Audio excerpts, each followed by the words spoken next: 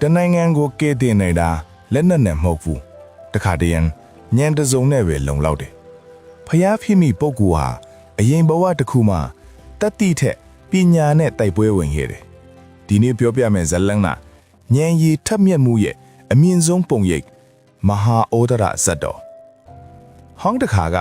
မိထီလာတိုင်းဒီမှာမင်းကြီးတစ်ပါးအုပ်ချုပ်နေတယ်ဒီနေ့အလွန်ထူးချွန်တဲ့ကလေးတစ်ယောက်မွေးဖွားလာတယ်သူနာမည်ဩဒဒငယ်စဉ်ကတည်းကသူ့ညံရည်ထူးချွန်လွန်းတယ်ကလေးတွေကစားတဲ့အချိန်မှာသူပြဿနာဖြေရှင်းနေလားလူကြီးတွေမဖြေနိုင်တဲ့ကိစ္စတွေသူဖြေရှင်းနိုင်တယ်တည်င်းကမင်းကြီးနားရောက်သွားတယ်ဒီကလေးကိုစမ်းကြည့်ရမယ်မင်းကြီးအကြံပေး၄ယောက်ရှိတယ်သူတို့ကိုယ်တိုင်လည်းညံရှိကြတယ်ဒါပေမဲ့သူတို့မနာလိုစိတ်ဖြစ်လာတယ်ဒီကလေးကြီးလာရင်ငါတို့နေရာယူသွားမယ်သူတို့စမ်းသပ်မှုလီလောက်ကြတယ်အခက်ခဲမေးခွန်းတွေမေးကြတယ်ရှုပ်ဝှက်ပဟေလီတွေထုတ်ကြတယ်ဒါပေမဲ့ဩဒရအေးအေးဆေးဆေးဖြေရှင်းတယ်တခါတည်းရန်မေးခွန်းမဖြေပဲမေးခွန်းနောက်ကအကြောင်းရင်းကိုဖော်ထုတ်တယ်မင်းကြီးအံ့ဩသွားတယ်ဒီနေ့အိမ်နီးချင်းနိုင်ငံကမင်းတပါ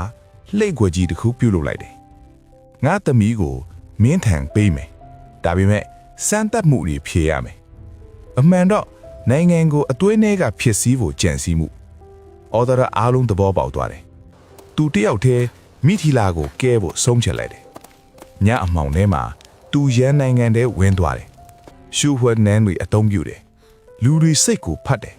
အခွင့်အရေးကိုစောင့်တယ်နောက်ဆုံးမှာရန်နိုင်ငံမင်းကြီးကိုတိုက်ရိုက်တွေးလိုက်တယ်ဒါပေမဲ့လက်နက်မသုံးဘူးစကားနဲ့တိုက်တယ်ညံနဲ့ဖြီးအားပေးတယ်စစ်မလိုဘူးပညာနဲ့ဖြည့်ရှင်းနိုင်တယ်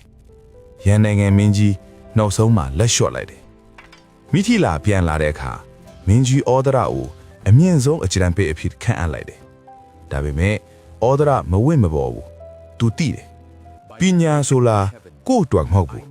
လူအများအတွက်အသုံးချရတာမဟာဩဒရဟာ